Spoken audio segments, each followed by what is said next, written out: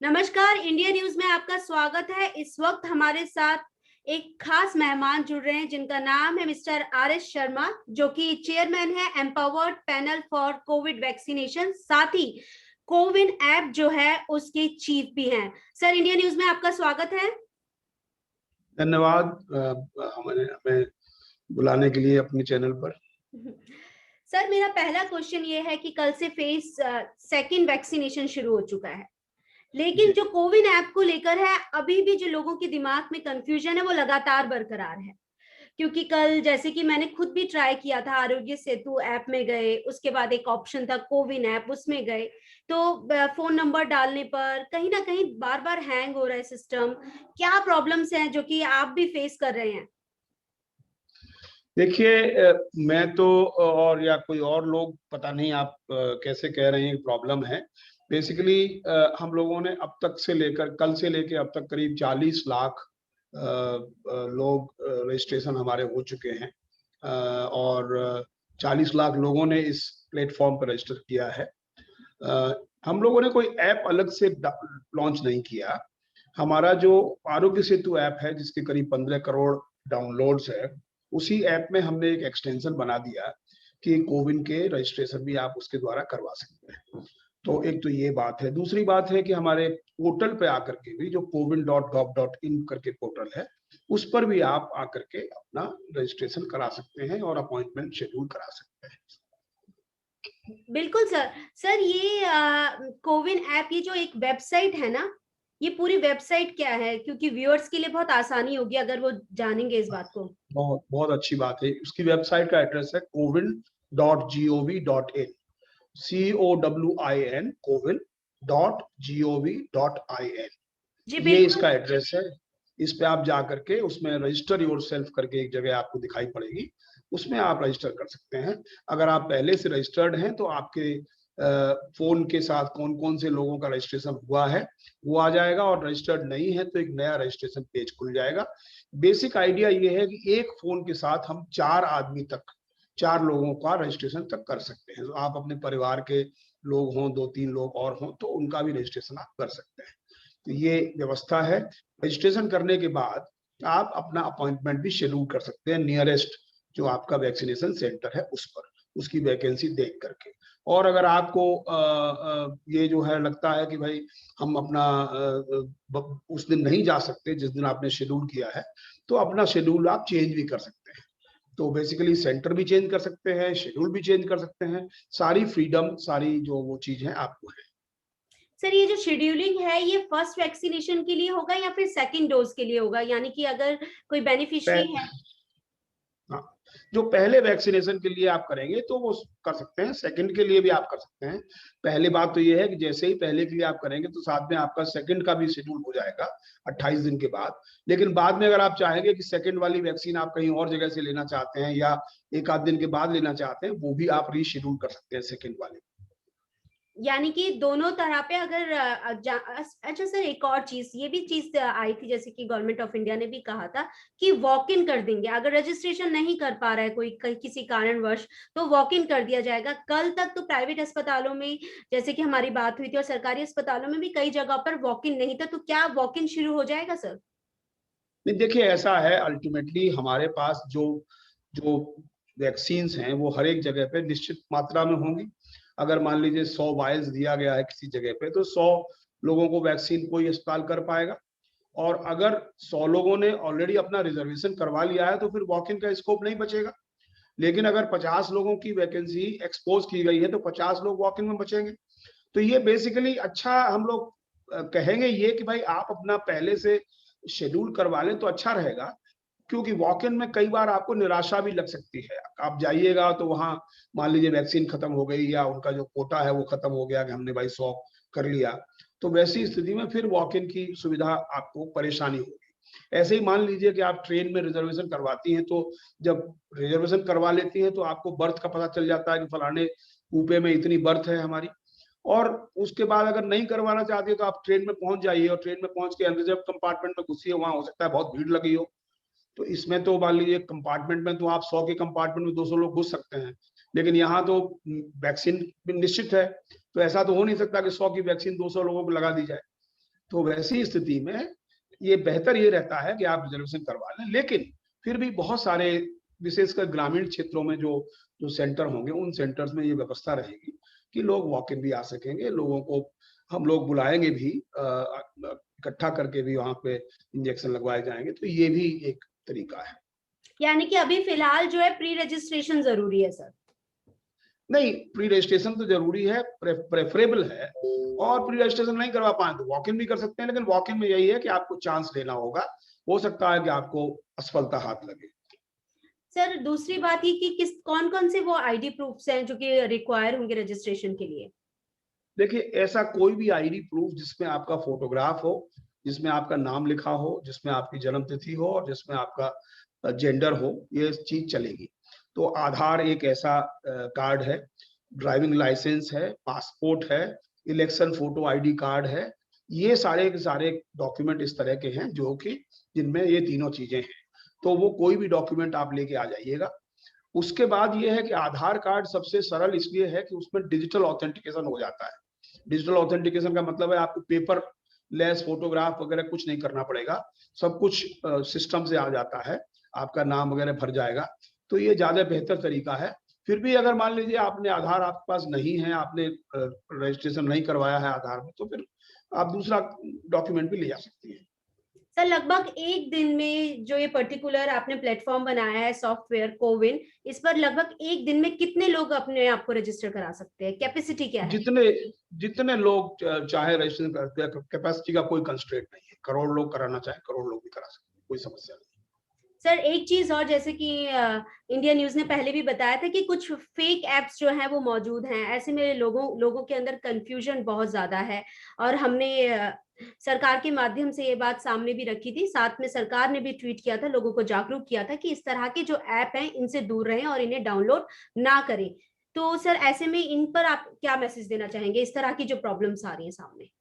देखिए, हम ये तो अवेयरनेस का प्रश्न है, लोगों को मैसेजिंग करनी होगी। हमने जो बताया है भी आपको कि कोई ऐप हमने नहीं बनाया है, आरोग्य सेतु ऐप के माध्यम से ही आप अपना रजिस्टर करा सकते हैं। और अगर आरोग्य सेतु आपके पास नहीं है या आपके पास स्मार्टफोन नहीं है, तो आप इंटरनेट पे जाकर के ये जो पोर्टल मैंने बताया आपको cowin.gov.in, इस पर जाकर के भी आप अपना रजिस्ट्रेशन करा सकते हैं। फिलहाल 2 ही माध्यम हैं इस पोर्टल पर रजिस्ट्रेशन कराने के, और उसके बाद धीरे धीरे हो सकता है भविष्य में, क्योंकि ये ओपन एपीआई के ऊपर आधारित है, इसलिए हो सकता है कुछ और भी एप्लीकेशंस ये काम करने लगे।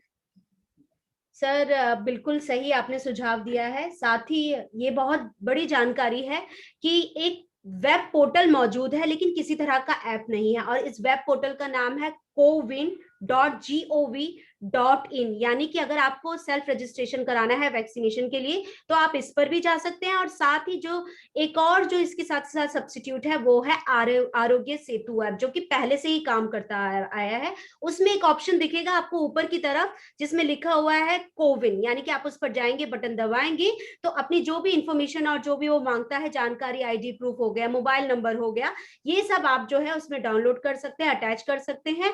और साथ ही जब दूसरी डोज आएगी उसके लिए आपको मैसेज आएगा, और वो मैसेज जो है आप चाहें तो उसको रीशेड्यूल भी कर सकते हैं, और अगर चाहें तो समय पर जाकर, वैसे तो सही यही रहेगा कि समय पर जाइए और अपनी वैक्सीन लगवाइए। सर बहुत बहुत शुक्रिया इंडिया न्यूज से जुड़ने के लिए। धन्यवाद, thank you very much. Let's go. Hi, myself is Shalini Bharadwaj. You all are watching ITV Networks Medically Speaking. So today we have an important guest. His name is Mr. R.S. Sharma, who is the chairman of Empowered Panel for COVID Vaccination, and he's also a chief of Cowin app. Sir, welcome to Medically Speaking and NewsX. Sir, my first question is, what are the problems which people are facing? They are not self-aware and they are still confused about the app. So what kind of information you would like to share? Well, thank you, Shalini, for having me on your channel. I would like to, through your channel, inform your viewers that we have not created any app. So there is nothing called Cowin app. Cowin mobile app doesn't exist. What we have done is that our government's earlier app, which is the Arogya Setu, whose job was or whose purpose was to track and trace the infection, and that tracing of the infection was the main purpose. That application has now got an extension, which is called the COVID, registration and scheduling. That should be used. Similarly, we have on our portal whose address is cowin.gov.in, and Cowin is basically COWIN, and .gov.in. That actually platform, you can go to that website and you can register yourself and your family members. We have allowed up to 4 registrations linked to a mobile number. Registration is pretty simple. You just have to put your mobile number, then you will get an OTP. After you get an OTP, then you can create registration for yourself and 3 more individuals on that. So that is, in fact, there's a video also available on that website which explains to you as to how you can register yourself. So all told, there is an Arogya Setu app and there is a portal on which you can register. Sir, what are those ID proofs which are required for registration? Well, registration, you don't require any ID proof. Registration, at the time of registration, the system asks you as to which ID you will be bringing to the center. And there are 6 or 7 approved IDs which can be brought. All those IDs have your photograph, your name, your gender, and your date of birth. So these IDs are Aadhaar card, the driving license, the passport, the election photo ID card, the PAN card. These are some of the IDs. So that once you enter that, then it will ask you the number of that ID, what is the ID number, and that is what you are supposed to bring to the center. That is number 1. Now, if you are 60 years and above, then you don't need any other document except the ID proof. But if you are between 45 and 60, then in addition to ID proof, you will also need a doctor's certificate of comorbidity conditions, because as per the rules, 45 years to 60 years, those people who have comorbidities, and those are specified by the health ministry, they are the ones who will be essentially that document will have been brought, and that document will be photocopied and uploaded. Sir, as you said that there is an option at Arogya app also, there is an option of Cowin for the registration, but in sometimes if a person is registering itself, they get a lot of issues. It gets hanged, or maybe because of the huge traffic, there are teething issues. Are you also getting such kind of responses from people? No, I have not got such responses from people. In fact, people have told me that it is pretty simple. Only thing is that you should use the right app or the platform. Many times people are using something called app which doesn't exist. So maybe they got hold of some other app for some other purpose and they are saying it is not allowing them to register. Otherwise, you see, there is no scalability issue. Our system can take as many registrations as possible. So that's not a problem. Sir, if somebody is, due to some problem is not able to go or visit that particular center at that particular day for the second dose or first dose where they have registered, what would be the another option for that particular person or beneficiary? No problems. If you are not able to go, please cancel and reschedule your registration. You can cancel the schedule, or you can reschedule your appointment. There's no problem at all. So long as you are able to do it, before the time of your visit, it is fine, because somebody else can take that vacancy. It is advisable that you cancel or reschedule. It is not advisable that you neither cancel nor reschedule and nor go. Then you are wasting that seat, and you are wasting somebody else's sort of claim on that. So that's something, you are blocking a seat and you are not traveling. That kind of situation, that is not a good situation. Sir, walk-in is also an option if somebody could not register somehow. So walk-in is also an option? Yeah, walk-in is also allowed. That is not a problem. So you can go, but then I would advise that people do not people register themselves first and get an appointment, because then you are assured of a place. But if you go walk-in, then maybe the vacancies don't exist, and you may have to return without getting a jab. So that's the risk, but nevertheless, walk-in is also allowed, especially in the rural areas where we will have to convince people, we will have to sort mobilize people to get vaccinated. Sir, earlier in December, we informed Government of India about these fake apps. So what you would like to say about this? Well, I have nothing to say about them except that awareness should be created so that people are not able to, people are dissuaded from using these fake apps. And as I explained to you, there are two methods. One is a portal, another is the Arogya Setu app, which are the two legitimate modes of registering onto the system. They should be used. So vaccination is very important. So if you wanted to get yourself registered, so go to this web portal, that is cowin.gov.in, and another option is Arogya Setu app. If you will visit Arogya Setu app, you will find an option of Cowin. So with these sources, you can register yourself, and walk-in is also one of the option. Thank you so much, sir, talking to NewsX and Medically Speaking. Thank you so much, sir. Thank you, Salini. Thank you very much.